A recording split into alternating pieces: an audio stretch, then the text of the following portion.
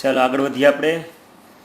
તો ધાતુઓના પ્રાપ્તિ સ્થાન, ધાતુઓ છે આપણને ક્યાંથી પ્રાપ્ત થાય? તો તમને ખબર છે પૃથ્વીનો આખો જે પૃથ્વી છે એ જ આપણા માટે પ્રાપ્તિ સ્થાન છે. આપણે કંઈ સ્પેસમાંથી તો કોઈ વસ્તુ લેવા જતા નથી, બરાબર? તો પણ એ કયા જગ્યાએથી પાણીમાંથી મળે છે કે જમીનમાંથી મળે છે કે હવામાંથી મળે છે, એના આધારે ધાતુઓના પ્રાપ્તિ સ્થાનની ચર્ચા કરવાની છે આપણે. તો કેટલાક તત્વો જેવા કે કાર્બન છે, સલ્ફર છે, ગોલ્ડ છે અને ઉમદા વાયુ પૃથ્વીના પોપડામાં મુક્ત અવસ્થામાં, બરોબર, મુક્ત અવસ્થા, મુક્ત અવસ્થાનો મતલબ થાય કે એ આપણે ખોદીએ ને તરત એ જ સ્વરૂપમાં પ્રાપ્ત થાય, બરાબર? તો સોનું છે તો સોનાનો ખાણ જ હોય. ટૂંકમાં જે ધાતુઓ સક્રિય ન હોય ને એ મુક્ત અવસ્થામાં મળે. કેમ આપણા ક્લાસમાં જે બહુ બોલતા ન હોય એ એકલા એકલા મળે, એમાં મુક્ત અવસ્થામાં મળે, બરાબર? અને જે બહુ બોલકા હોય એ કેમ સમૂહમાં મળે, એટલે સંયોજન સ્વરૂપમાં. તો કેટલાક તત્વો જેવા કે કાર્બન, સલ્ફર, ગોલ્ડ, બરાબર, આ બધા કાર્બન, સલ્ફર, ગોલ્ડ, ઉમદા વાયુ, આ બધા આપણને મુક્ત અવસ્થામાં પ્રાપ્ત થાય. અને એ સિવાયના બધા આપણને સંયોજિત સ્વરૂપમાં, બરાબર, બીજા સંયોજિત સ્વરૂપમાં મળે. આ તત્વો પ્રચુરતામાં વિચરણ ધરાવે. પ્રચુરતા એટલે કોણ કેટલા જથ્થામાં મળે છે એને પ્રચુરતા કહેવાય.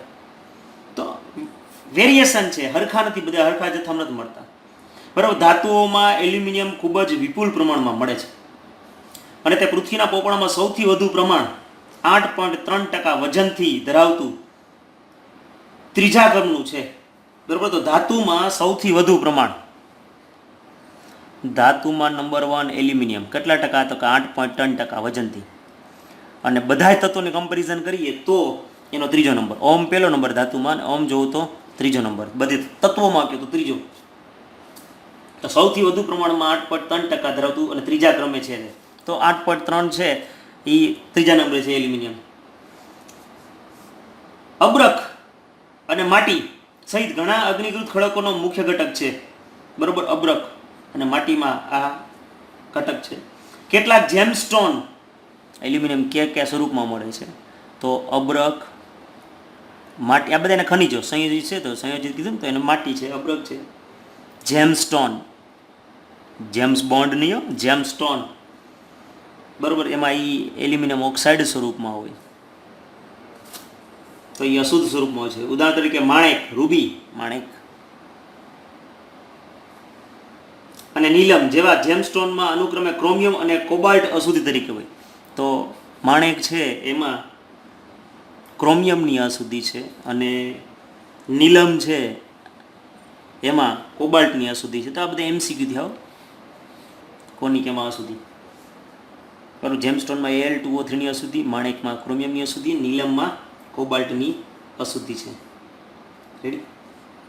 અને ઓલો વીટીમાં બધા સ્ટોન પહેરતા હોય, બ્લુ ને લીલો ને એ બધું. આયન પૃથ્વીના પોપડામાં સૌથી વધુ પ્રમાણમાં મળી આવતી ધાતુ તરીકે બીજા સ્થાને છે, બરોબર? લોખંડ છે એનો બીજો નંબર આવે, એલ્યુમિનિયમનો ત્રીજો, લોખંડનો તો ગણાય કે પહેલો ન આવતો. ઓક્સિજન છે બધા તત્વોમાં એનો સૌથી વધુ પ્રમાણ 45% છે, બરોબર? તો બીજા સ્થાને છે અને તે અનેક સંયોજનો બનાવે છે અને તેના વિવિધ ઉપયોગો તેને ખૂબ જ અગત્યના તત્વોનું સ્થાન આપે છે, બરોબર? આપણે આગળ જોઈશું આ પાઠમાં કે લોખંડ છે એના કેટલાય બધા મિશ્ર સંયોજનો બને છે અને ઉપયોગ એટલું જાજુ છે, બરોબર? આ જૈવિક પ્રણાલીમાં પણ આવશ્યક છે. જૈવિક પ્રણાલી એટલે કે આપણા બોડીમાં લોહી છે એ લોખંડનું જ સંકીર્ણ સંયોજન છે, એટલે જૈવિક પ્રણાલીમાં પણ લોખંડ છે એ ખૂબ જ અગત્યનું છે. કોઈ ધાતુ મેળવવા માટે આપણે સૌપ્રથમ એવા ખનિજને શોધીએ છીએ કે જે પૃથ્વીના પોપડામાં મળી આવતા હોય અને તેનું ખનન કરી શકાય છે, બરોબર? તો આપણે કંઈ ગમે ત્યાં ખોદકામ ન ચાલુ કરતા કે આપણે સ્કૂલની બાજુમાં છે જ પ્લોટ, તો હાલો ત્યાં ખોદકામ કરે સોનું મળશે, એમ ન મળે, બરોબર ને? તો જોવું પડે કે ભાઈ કઈ જગ્યાએ એની માત્રા છે, પછી માઇનિંગ એટલે કે ખનન, ખોદકામ કરવાનું હોય. ધાતુ મળી આવતા ઘણા ખનિજોમાંથી માત્ર કેટલાકનો જ તે ધાતુના સ્ત્રોત તરીકે ઉપયોગ કરી શકાય. માની લો કે બાજુમાં કોઈ એમ કે લોખંડ નીકળ્યું, ખોદકામ કરી નાખીને 5 લાખનો ખર્ચો કરી ખોદકામમાં, પછી એને શુદ્ધિકરણ કરીને 1 લાખ આવે તો લાખના 12,000 થયા, એના જેવું થયું, બરોબર ને? પણ તમે ખનિજ તો બધે મળવાના જ, ગમે ને ખોદો, પણ એવી ખનિજ કે જેનું તમે શુદ્ધિકરણ કરો તો તમને ફાયદો થાય, તો એ ખનિજને એ ધાતુ મેળવવા માટેની કાચી ધાતુ અથવા અયસ્ક કહેવામાં આવે છે. બરોબર, કાચી ધાતુ અથવા અયસ્ક, અંગ્રેજીમાં કહે ઓર. તો આપણને કોષ્ટકમાં કેટલાક અગત્યની જે ધાતુઓ આપી છે એનું કોષ્ટક આપેલું છે, એ હું તમને કોષ્ટક જ બુકમાંથી બતાવી દઉં. જો એલ્યુમિનિયમ, તો એલ્યુમિનિયમનું અગત્યનું ખનિજ છે બોક્સાઇટ. આ કેઓલિનાઇટ એક જાતની માટી. બરાબર, તો આપણે આ ચેપ્ટરની અંદર મુખ્ય 4 ધાતુ વિશે શીખવાનું છે, આજે 4 આપ્યા ને એના જ વિશે. બરાબર, તો એલ્યુમિનિયમ બોક્સાઇટનું શુદ્ધિકરણ કરશું આપણે. આયન છે તો હેમેટાઇટ, મેગ્નેટાઇટ, સિડેરાઇટ, આયન પાયરાઇટ્સ. જેમાં ટાઇટ શબ્દ આવતો હોય ને ઓક્સાઇડ સ્વરૂપમાં, જો હેમેટાઇટ Fe2O3, મેગ્નેટાઇટ Fe3O4, બરાબર, સિડેરાઇટ તો કાર્બોનેટ સ્વરૂપ થયું, અને પાયરાઇટ શબ્દ આવે એટલે સલ્ફાઇડ સ્વરૂપ થયું. આ બધા એ પાકા કરવાના છે. જેમાં પાયરાઇટ શબ્દ આવશે એ સલ્ફાઇડ હોય, અને મોટે ભાગે ટાઇટ આવતો એટલે ઓક્સાઇડ સ્વરૂપે ઘણા કહેતો સિડેરાઇટમાં ઘણા એવું. કોપર પાયરાઇટ્સ છે CuFeS2, મેલેકાઇટ CuCO3 અને CuOH2 બે મિક્સમાં, ક્યુપ્રાઇટ Cu2O oxide, copper Glance Cu2S, ઝીંકની ઝીંક બ્લેન્ડ ZnS અથવા સ્ફાલેરાઇટ, કેલેમાઇન તો ઝીંક કાર્બોનેટ, અને ઝીંકાઇટ તો ZnO. બરાબર, તો કોઈ ચોક્કસ તત્વ વિવિધ સંયોજન સ્વરૂપમાં હોય છે. તત્વની તેના સંયોજનમાંથી અલગીકરણ પ્રક્રમ એવી હોય છે કે તે રાસાયણિક રીતે સુગમ અને વ્યાપારિક દ્રષ્ટિએ ટકી રહે એવી હોવી જોઈએ. હું કીધું, જો આ બધી ખનિજો આપણે અયસ્ક કાચી ધાતુ મળી, એમાંથી ભલે બધી એલ્યુમિનિયમ કાચી ધાતુ છે, પણ એમાંથી આપણે બોક્સાઇડમાંથી જ કેમ એલ્યુમિનિયમ મેળવીએ? આયન છે તો હેમેટાઇટમાંથી જ કેમ મેળવીએ? પછી આ કોપર છે તો કેમ, આ ઝીંક છે તો ઝીંક બ્લેન્ડમાંથી હું કામ ઝીંક મેળવાય?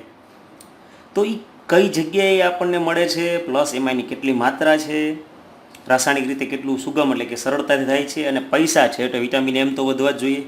બરાબર, તો વ્યાપારિક દ્રષ્ટિએ ટકી રહીએ એવી ટેકનિકથી આપણે શુદ્ધિકરણ કરશું આ પાઠની અંદર. તો નિષ્કર્ષણના હેતુ માટે એલ્યુમિનિયમ માટે બોક્સાઇડ પસંદ કરવામાં આવે છે. આયન માટે સામાન્ય રીતે ઓક્સાઇડ અયસ્ક, ઓક્સાઇડ એટલે કે હેમેટાઇટ અને મેગ્નેટાઇટ શબ્દો વાપરો એ વિપુલ પ્રમાણમાં હોય છે, અને SO2 જેવા પ્રદૂષક વાયુઓ ઉત્પન્ન ન કરતા હોય.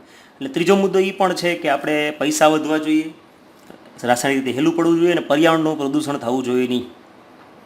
બરાબર, તો આયન પાયરાઇટ્સ વડે સલ્ફરનું પ્રદૂષણ ટૂંકમાં વાતાવરણમાં ભરે છે. કોપર અને ઝીંક માટે યાદીમાં દર્શાવેલ પણ અયસ્ક જેનો આધાર તેની પ્રાપ્તિ અને અન્ય સંબંધિત પરિબળો છે તે લેવામાં આવે છે. અન્ય પરિબળો મેં તમને ચર્ચા કરી કે આ બધા મુદ્દાઓને ધ્યાનમાં રાખી અને અલગીકરણની છે એ ટેકનિક નક્કી કરવામાં આવતી હોય. ધાતુનું તેના અયસ્કમાંથી અલગીકરણ કરવા માટેની સંપૂર્ણ વૈજ્ઞાનિક અને ટેકનોલોજી પ્રક્રમને ધાતુ કર્મ વિધિ કહેવાય. તો આજે આપણે અગર કોષ્ટક છે એમાંથી ધાતુ શુદ્ધ મેળવવા માટેની જે વિધિ છે એને કહેવાય ધાતુ કર્મ વિધિ. તત્વનું તેના સંયોજિત સ્વરૂપમાંથી નિષ્કર્ષણ અને અલગીકરણમાં રાસાયણિક વિજ્ઞાનના વિવિધ સિદ્ધાંતોનો સમાવેશ થાય. તો વિદ્યુત રાસાયણિક સિદ્ધાંતનો થાય અને ઉષ્માગતિશાસ્ત્રનો સિદ્ધાંતનો ઉપયોગ થાય. તો ઉષ્માગતિશાસ્ત્ર છે એ આપણે 11th ભણી ગયા છીએ. બરાબર, ગિબ્સની મુક્ત ઉર્જા ને એ બધું ન્યાનો એનો ઉપયોગ એ થાય. અને ધાતુ રસાયણ આપણે હમણાં જોઈ ગયા વિદ્યુત વિભાજનના સિદ્ધાંતો અને ધાતુ રસાયણવાળા ચેપ્ટરમાં એનો ઉપયોગ પણ થશે. તો બે વિશે શીખશો આ ચેપ્ટરમાં, આગળ આવશે. જોકે ધાતુઓના બધા જ નિષ્કર્ષણ પ્રક્રિયામાં કેટલાક સામાન્ય સિદ્ધાંતો સમાન હોય. તો પહેલાં આપણે જનરલી બધામાં જે સિદ્ધાંતો લાગુ પડતા એ કરશું, અને પછી ઘણા માટે સ્પેશિયલ ટેકનિક પણ વાપરવી પડતી હોય. ભાગ્યે જ કોઈ અયસ્ક ઇચ્છિત પદાર્થ ધરાવતો હોય છે. તે સામાન્ય રીતે ભૂમિય અથવા અનિચ્છિત પદાર્થો જેને ગેંગ કહેવાય, અશુદ્ધિને કહેવામાં આવે છે ગેંગ.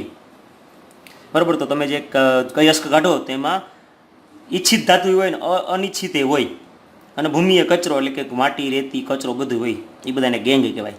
તો અશુદ્ધિ અથવા એના માટે શબ્દ વપરાય છે ગેંગ. બરાબર, તો એના માટે સદૂષિત થયેલું હોય છે.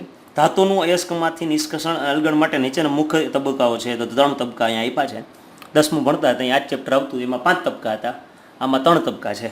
આમાં શું કર્યું, કાંઈ નવીન નથી કર્યું, 2 તબક્કા ભેગા કરી નાખ્યા છે. બરાબર, એટલે 5ના 3 થઈ ગયા. હા, પેલો મુદ્દો શું હતું, આપણે 10માં ભણતા તો એમાં શું આવતું કે ભાઈ જે કાચી ધાતુ નીકળે છે એને પહેલો મુદ્દામાં આવતો કે ભાઈ ભાંગી નાખો, તોડી નાખો અને ભૂકો કરી નાખો, પાવડર સ્વરૂપમાં રૂપાંતર. એ પહેલો મુદ્દો, તો એ પહેલો મુદ્દો જવા દીધો. બરાબર, પછી અયસ્કનું સહકેન્દ્રીકરણ, તો ફીણ પ્લવન પત્ની તમે ના આવતું એ બધું, તો એ આ બીજો મુદ્દો. પછી અહીંયા ધાતુનું સહકેન્દ્રિત અયસ્કમાંથી અલગન અને અલગન કરવું, એમાં 2 મુદ્દા ભેગા કરી નાખ્યા છે. બરાબર, એને ઓક્સાઇડમાં રૂપાંતર કરવું અને પછી રિડક્શન કરવાનું, એ બે મુદ્દા અહીંયા અલગનમાં ભેગા થઈ ગયા. અને છેલ્લે છે ધાતુનું શુદ્ધિકરણ. એટલે અહીંયા 3 મુદ્દામાં પતાવી દીધું છે. તો આ એકમમાં આપણે પ્રથમ અયસ્કના અસરકારક સહકેન્દ્ર માટેના જુદા જુદા તબક્કાની ચર્ચા કરશું. એટલે સહકેન્દ્રીકરણ માટેની જે 3 રીત આવતી 10માં, લોખંડના પાવડરવાળી પટ્ટો ફેરવતા, એ બધું આમાં રિપીટ છે. જરી આકૃતિ આપી છે, બરાબર. એ પછી કાલ વાત. તો ધાતુકર્મ વિજ્ઞાનના સામાન્ય સિદ્ધાંતોની ચર્ચા કરશું આપણે. ઉષ્માગતિશાસ્ત્રના સહકેન્દ્રીય અસરકારક રિડક્શન માટે સમાવિષ્ટ વિદ્યુત રાસાયણિક બાબતોની પણ ચર્ચા કરવાની આવશે. પણ હવે કાલે આપણે આ પહેલો મુદ્દો અયસ્કનું સહકેન્દ્રીકરણ શીખશું. તો એ હવે કાલ વાત.